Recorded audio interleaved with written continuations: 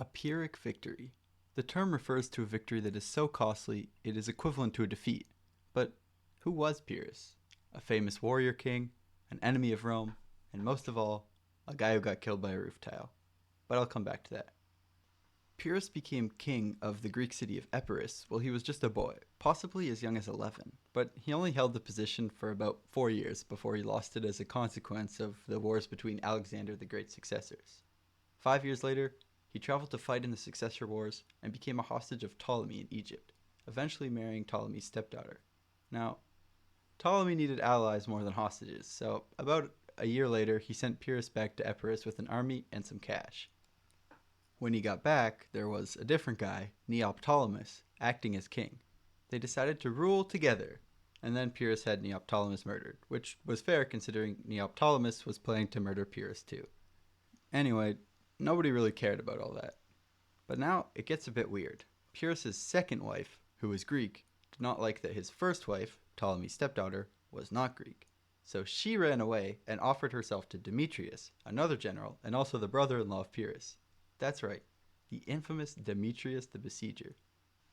Now, Demetrius invaded Epirus from Macedon, and Pyrrhus ended up fighting and defeating Demetrius' general, Pantocus, who only had a detachment of the army. Where was Demetrius? He marched right by Pyrrhus because they were traveling along different roads. Eventually, Pyrrhus allied with other successors against Demetrius, and much of Demetrius' army deserted to Pyrrhus. They would make peace, and then fight again. Through this, Pyrrhus managed to accumulate a pretty decent empire. Epirus, Thessaly, and even half of Macedonia. This was like 286 BC. 2 years later, he had lost Macedonia. His enemies even invaded Epirus, but Pyrrhus' big problem was that he couldn't stop fighting. He wasn't even at home to defend against the invasion. Then, Rome. In the 280s, Rome and Tarentum got into a little squabble. The Tarentines recruited Pyrrhus, who quickly allied with the epic Ptolemy the Lightning Bolt, who was ruling Macedon, just to protect his back, and sailed off to Italy. Ptolemy, too, the guy who married his own sister, even sent some more elephants for Pyrrhus. Now Pyrrhus invaded Italy, he rampaged around, threatened people, won battles, lost troops. He did retreat at one point, but then he came back and won the infamous Battle of Asculum. It was here, after sustaining heavy losses, that his infamous quote was recorded. "If we defeat the Romans in one more battle, we will be destroyed." But that's recorded by Plutarch like 300 years later, who definitely wasn't there, so, be aware of that.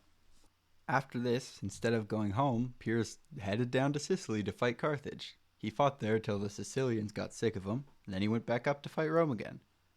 Unable to defeat them, he headed back home to Epirus after basically wasting his time for years. Oh, and most of his soldiers' lives.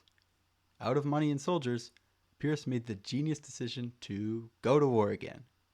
He proceeded to invade Macedon with some Gallic mercenaries, he attacked Sparta, and then Argos. While fighting in the city of Argos, the mother of the soldier he was fighting threw a roof tile at him.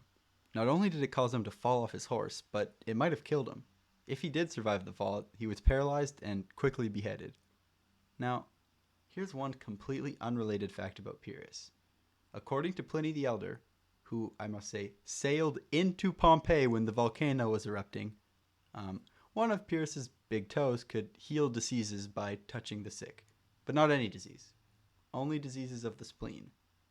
Pliny's natural history also has ridiculous facts about snakes and elephants and basically everything, so I might make a video on it later. Anyway, that's Pyrrhus, the legendary general who just wouldn't quit fighting. Now, when someone says Pyrrhic victory, you'll think of his feet. That's all from me here at History with Dino today. I hope you enjoyed some Pyrrhus facts. If you did, I always appreciate likes on the video and subscribe to see more of my videos. I'll see you soon with another one. Peace. Woo!